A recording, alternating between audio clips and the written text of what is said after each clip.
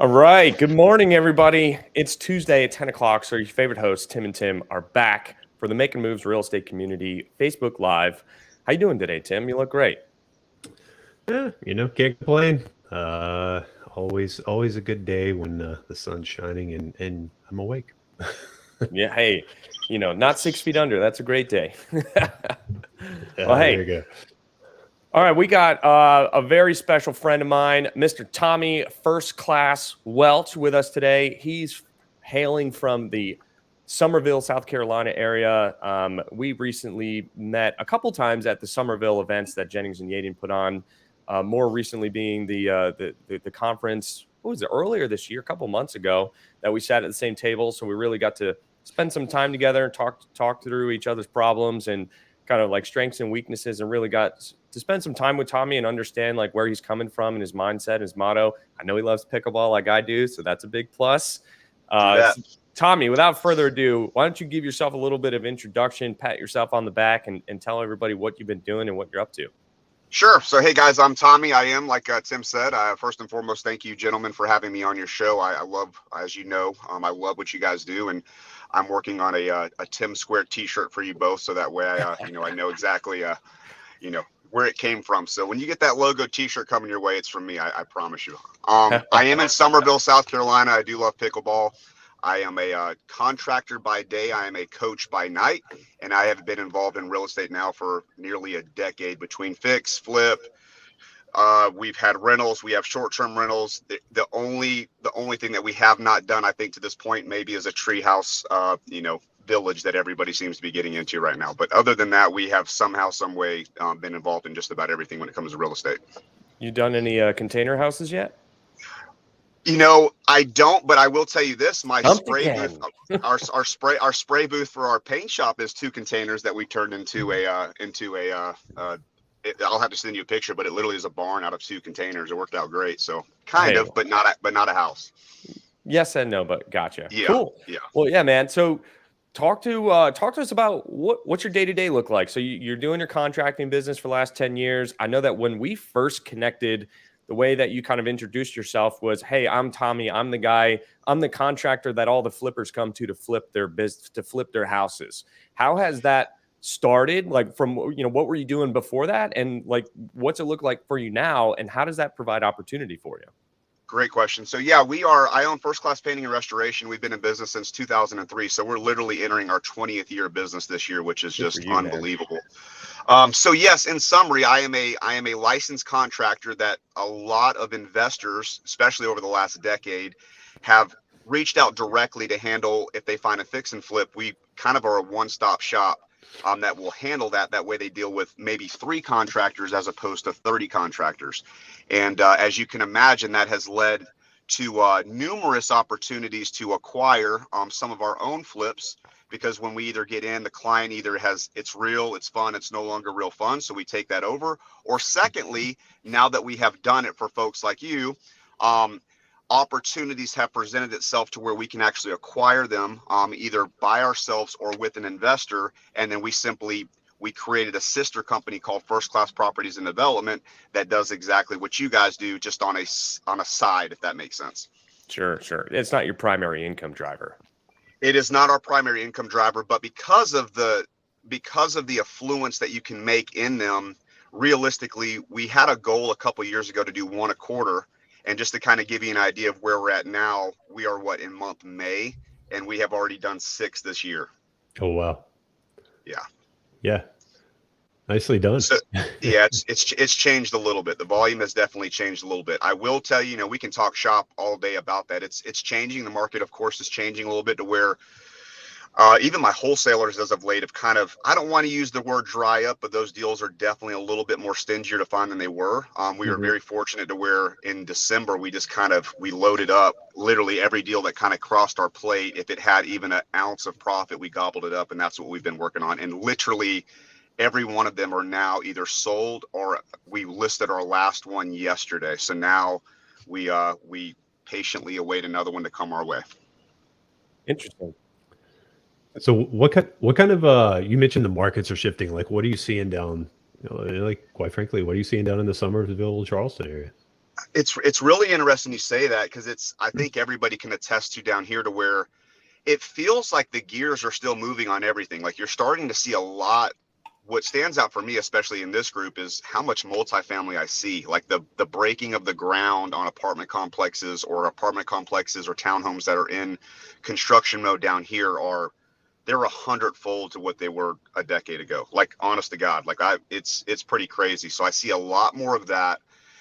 In regards to residential houses of distress, we'll call them, that are typically kind of come in our inbox or we get calls from investors, that has significantly slowed down. That has significantly slowed down. Interesting. So how has that kind of parlayed? I mean, I know you're super involved in Summerville area. I know you're big into the multifamily space. How has that experience kind of influenced your transition, if there has been one, into larger commercial deals? Because I mean, not for nothing, but a lot of people start out in the single family fix and flip world, or maybe they start out as a contractor, which provides opportunity and leads and all that kind of stuff. But how has that kind of grown for you to personally and professionally develop your real estate portfolio? Well, I think at the end of the day, there's a magical word that we all in our beloved space, tend to use a lot, and that's that word pivot. Mm-hmm. I feel like nowadays more so than ever, you almost have to be a professional pivoter. Now, I want to exercise caution with that. I don't think you need to chase every rabbit that runs across your vision, but I do think that, and being a part of groups like, the multifamily space and having, involvement with gentlemen like you, I think it's very apparent that you need to have your thumb on the pulse a lot to Well, I bet she's getting like a phone call or something.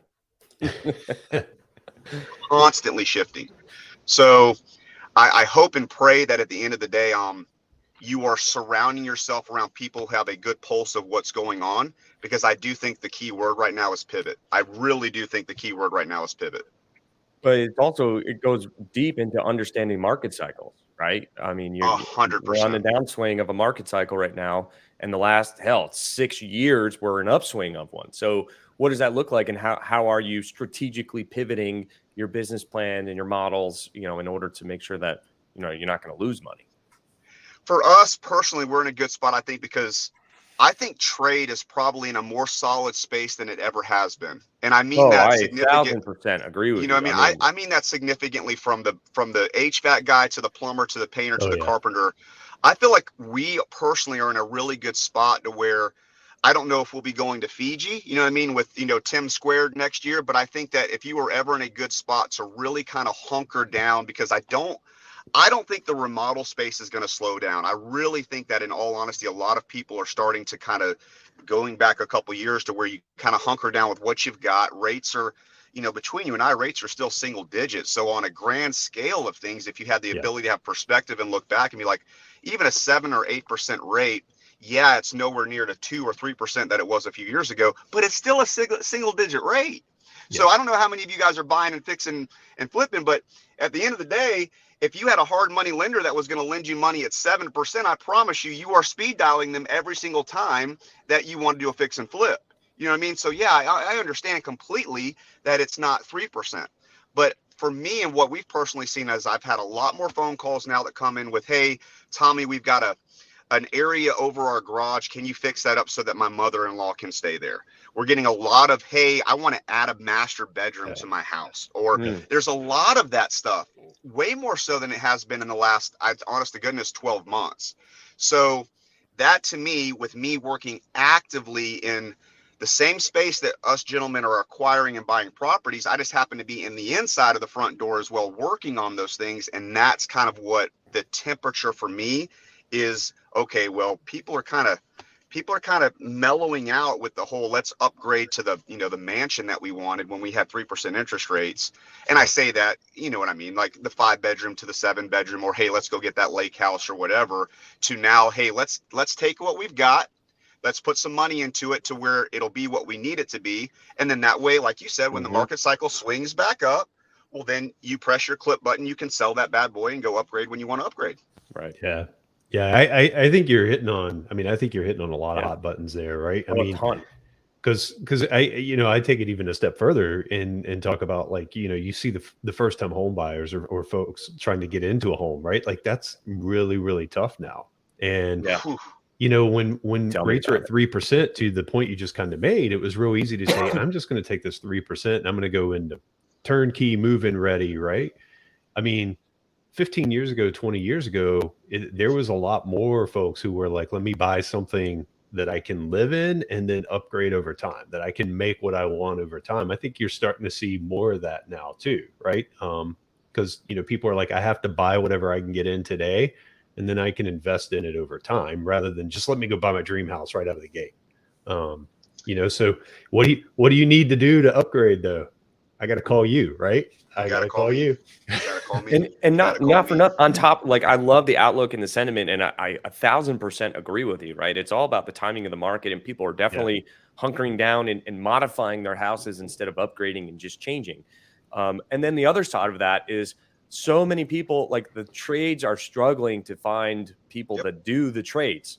Yeah. So not only are people hunkering down and asking more of trades, there's less of them. So simple Correct. supply and demand means your value continues to go up as the demand continues to rise, and the supply really, in essence, is going down as some of the older, generations are retiring and saying, "Oh, I'm done with this. Like, I'm tired of swinging a hammer," et cetera, and so forth. Right. So it's continually looking more favorable for people that are going into trades. And I have a cousin who, he is going into high school, and he's going in, or he's a freshman or something like that. Right. And he's like talking about how he doesn't even want to go to school anymore, because he's like, I want to be an electrician when I get out of school. So he's like, how do I just fast track that? Like, I'm just doing this college or high school stuff because I have to, but I know that I want to be a licensed electrician, and then I want to open up my own business. He's a freshman in high school, right? And it's like, you need more people like that, because, I mean, in his own words, he literally said, they are teaching us how to be good employees at school, and I can't stand it. He also comes from a family of entrepreneurs. His dad's Right. a plumber, his brother's an HVAC guy, and all this other kind of stuff too. So there is some external influence there, but, like, the sentiment is like, oh my God, yes, like, it's actually, those jobs are valuable too. Not everybody needs to be behind a computer like me, clacking away at a keyboard, right? There's so many ways to make money out there. You're absolutely right. And in all honesty, the wheel has turned so fast in the development, especially in my area, the Low Country, that, I mean, we could stop today. Like, you could stop all permits today, and you probably realistically still have probably 3, almost 4 calendar years of building that has to be completed. It's that strong of the inertia. You know what I mean? That's moving. And you're exactly right with the demand of the trade. I mean, just pick one. It doesn't matter what trade that you think about. I promise you, they are shorthanded. It doesn't matter what the trade is. You name it, roofing to, the foundation guy. I promise you, those guys are lean on who they're running with right now. Yeah. Oh yeah. No, I agree. And I believe it. I see it all over the time. I mean, Tim and I have conversations every week, almost once a week, where I'm like, man, I need to open up an HVAC business, or man, I need to open a painting business, right? Like, I get those quotes, and I'm like, holy crap. Like, just recently I had a landscape guy quoting me to do some work, right? And he was doing a retaining wall, and I saw what he was paying the labor, or what he was charging me for the labor. And I was like, you got to be kidding. It's so true. And just to give you a testimony, again, I've done this for 20 years. I've owned First Class. I started it out of college in 2003. I've never had somebody present to me buying my company in 20 years. And I'm not boasting, but anybody that's on here, First Class Painting and Restoration in Charleston is by definition the best branded painting company there is. I would put my hat on that all day. And I think anybody that's in this area can attest to that. I've had 3 people in the last 6 months have physically requested NDAs to buy my business. Mm-hmm. Yeah. I've never had that in 20 years. And in 6 months, I've had 3 folks that have approached me about buying our company. Well, you got all the people in the Summerville area joining Kevin Marin's Blue Collar Millionaire group, learning how to buy businesses. And, Mike Wingard, who was just on the show a couple of weeks ago, he was talking about how he bought the roofing company. There's so many ways out there to buy buy property, to buy businesses that make money, not just buy real estate investments. So I think people are learning and becoming more educated on being able to make money that way, and realizing that there's value in all of these supporting businesses, to create an enterprise, really, at the end of the day. 100%. And I think at the end of the day, that's what you're at, because everybody, especially the savvy folks that are in, making moves and multifamily and the legacy groups and all of these areas, because they're all very similar groups. But at the end of the day, you're exactly right. You want to talk about an asset that's going to consistently climb, especially for the next, we'll call it realistically, a decade. It's trade. Like if you have the ability to grab yourself a small trade company that's a 5, 10, 15, 20 man team that you can utilize your systems, your culture, your ideas, your whatever, your visions of grandeur, heck, your capital, right? Because you may have capital that you can inject into those companies that can, since I own it, we can speak mine. But if First Class can become a staple in Charlotte or in Winston-Salem or in Atlanta, and it already has the branding of the Low Country in Charleston, well, why would you not want to go that angle as opposed to recreating the wheel and having to learn all of the pain points of all of that? You know what I mean? It makes no sense if you have any type of logical, tactical thought process. So you're exactly right. And it's very interesting because I don't know. I wish I had the ability to tell you I had the vision 20 years ago that we would be in a commodity that is sought after as much as a painting company, but I'm not that smart of a guy. I promise you I didn't. You know what I mean? But now I'm give yourself some credit, Tommy. No, sir. I smash a little plastic ball for fun. So I am not that smart, you know what I mean, of an individual, but I am very thankful for where I'm at. Hey, I take offense to that. No. You resemble that remark. Such a fun game. So you mentioned systems and processes and stuff, and much smaller scale. I didn't have trade teams or whatever, but I was managing subs. So what I always found kind of the hardest part for me, and what would probably be like my hurdle that I'd have to get over in my brain to go buy a company, right, a trade business, would be managing the subs, managing the resources, right? Like I can do the systems and processes all day long. It's more managing the people. What do you say to folks who, maybe want to get into something like that about, how to build a team and then manage these guys? Because managing guys that are on site every day doing this kind of stuff is different than managing, some guys that's sitting in the corporate world, right? Well, it's funny you say that, because I could speak on this for hours and write 50 books, but in summary, we'll keep it super simple. Number one thing is it's who are you getting? The bottom line is who are you getting? And what I mean by that is if you are and I love this because of the groups that we have, the multifamily and making millions and all that, everybody seems to have, and I think Tim, you would agree, everybody's super high integrity, right? Like everybody you deal with just seems to have another level of integrity that you're dealing with as opposed to outside that community. The trade community is the same exact way. All you've got to do is make 3 or 4 phone calls to any builder or anybody that's going to answer the phone, and you'll know right off the rip who you're talking to is, this is somebody that I literally could work with, or this is somebody that I can promise you, if they're not answering, or if they don't have a voice message set up, or they don't answer your text message, they're not changing. Right. You're not changing them. You know what I mean? So, and so many of us think that we can get these trades folks, you know what I mean, that are really good trade and make them good business people. You can't. They're either a really good business person or a really good trades person. And when you find one of the same, I promise you they own the company. They are the person who owns the company. Right. So I guess in summary is be super wise with whom you're getting, because that will tell you all you need to do. And then number 2, you've got to overly communicate what your expectations are up front and not fall into that pitfall that we all do of assuming. Well, I assumed Tommy was going to come back and touch up his 36th time after my movers, you know what I mean, came in. And now that he didn't, I don't like First Class painting and restoration. I'm using this as an example, but you catch my drift. Yeah. If Tim would have had a conversation with me and said, hey, Tommy, I love you and I want to hire you, but I really need to make sure that once my movers move in after the staging, you're coming back and touching up one more time. If you would have done that up front, well, then I know the expectation that I can meet, as opposed to you assuming that you're texting me on a Thursday at 4:55 p.m. that you need me Friday at 7:30 a.m. to touch up so that you're showing at noon is great. I can't win with that. You know what I mean? There's no runway for me to do that. So just be super good with who you select. And number two, die on the hill of over communicating your expectations. And I promise you that will be the launching pad of getting you where you need to be.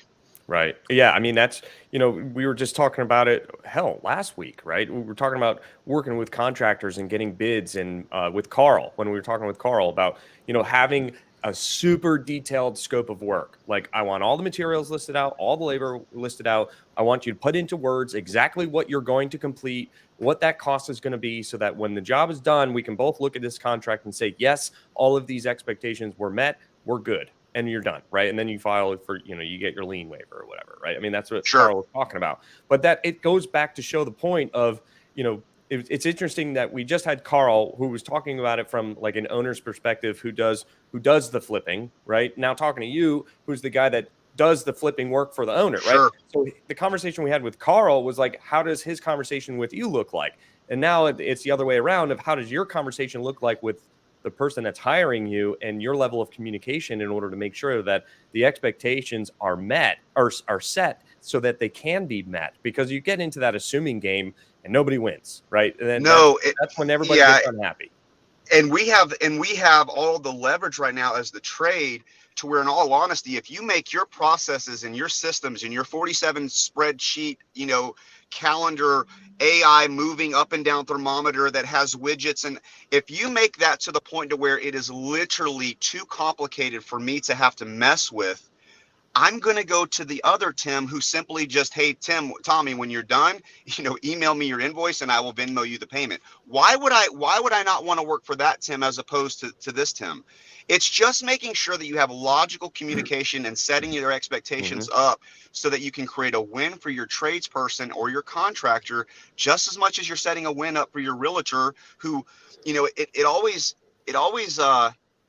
always interesting to me being the person who handled the flip, but I'm not invited to your open house party for the barbecue, but you invited your realtor who literally didn't see the house until yesterday. It's really interesting for me when you have relationships like that.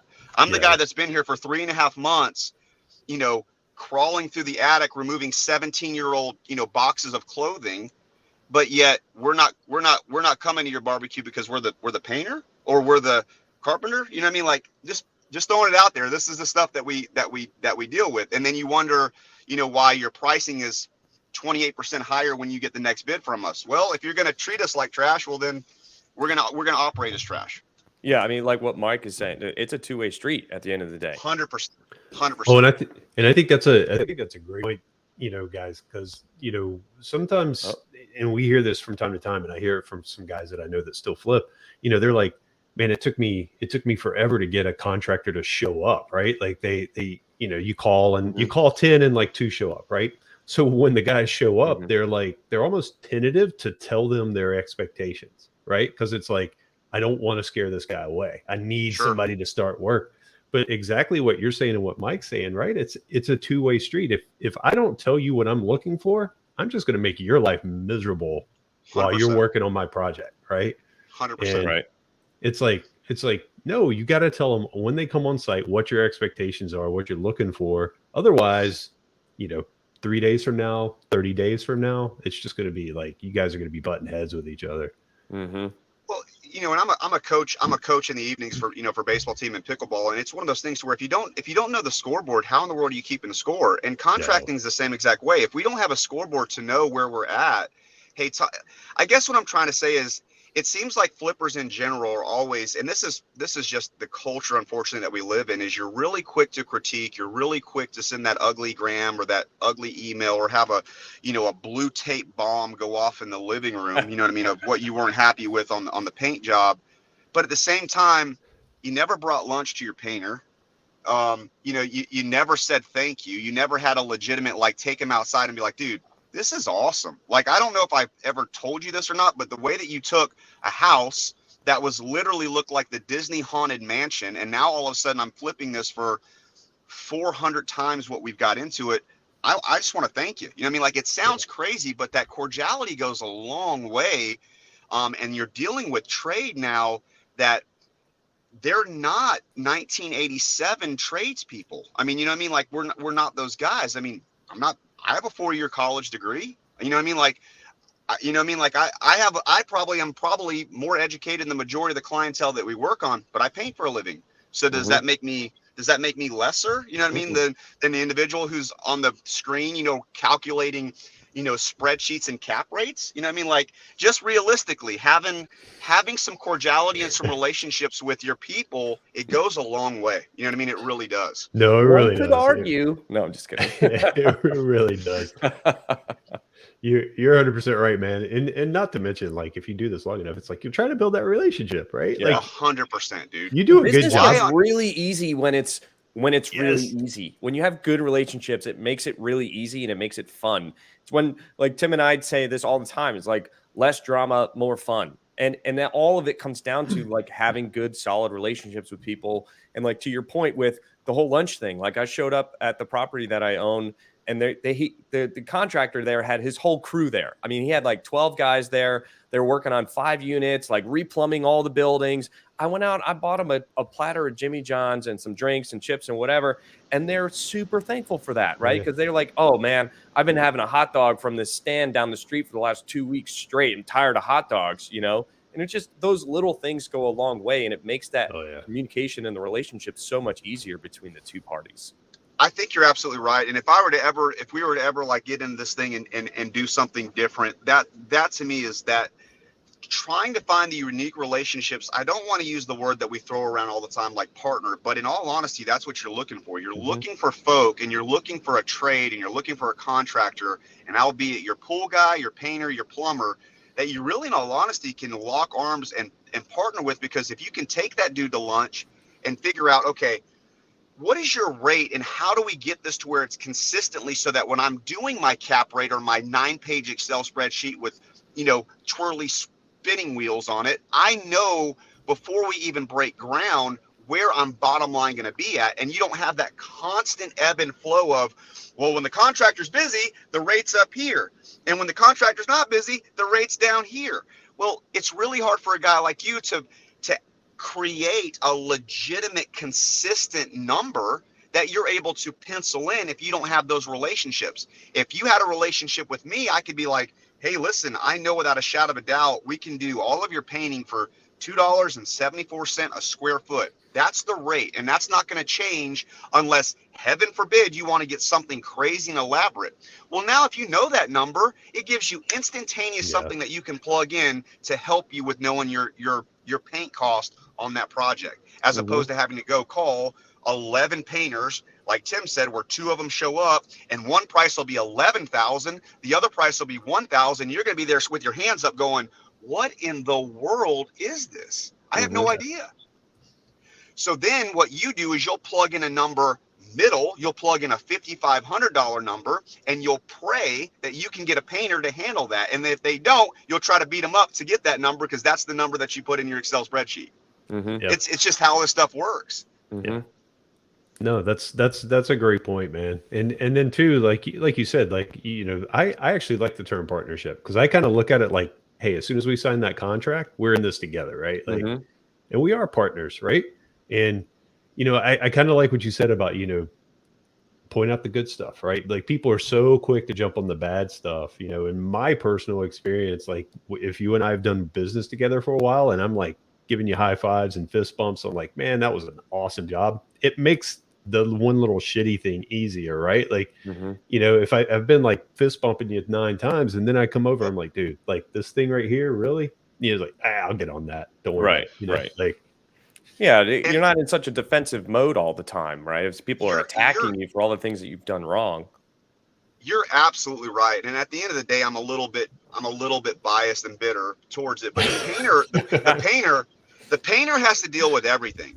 The painter has to fix the crappy carpentry. They've got to fix the carpet that's cut short. They've got to handle the drywall. Like, you can't name an item that you don't stare at the painter and be like, is there not a way that you can make that look better? So You know what I mean? Like, you really, out of all the trades that you have, you better make sure your HVAC is right. You better make sure your plumbing's right. And between you and I, you better make sure you have an awesome painter, because your painter has to fix everything in between, all of the nonsense. And they are the ones that realistically should be the final guy or gal that's out that door. So you really want to make sure that you have a working relationship with that painter that can see your overall vision of you are partnered. Because the more my jobs look better, the more Tim can go by, and the more busy that I stay. And then that way I can grow my company in partnership. If you have those conversations, and heck, if you really want to get technical, and you've hinted at this a little bit, Tim, but it would be wise if you had the ability to own some of those linear companies that you're utilizing on your own stuff. I mean, it's hard to care more about your property than you. I'll put it to you that way. You know what I mean? Right. Just Yeah, I think out there. one really great example, because we're kind of wrapping up on time here, but one really great example is one of the guys that we buy property from, he uses all the same guys, right? He's got his circle or his table of people. Well, he invited us out to dinner with his circle of people because they were all in town.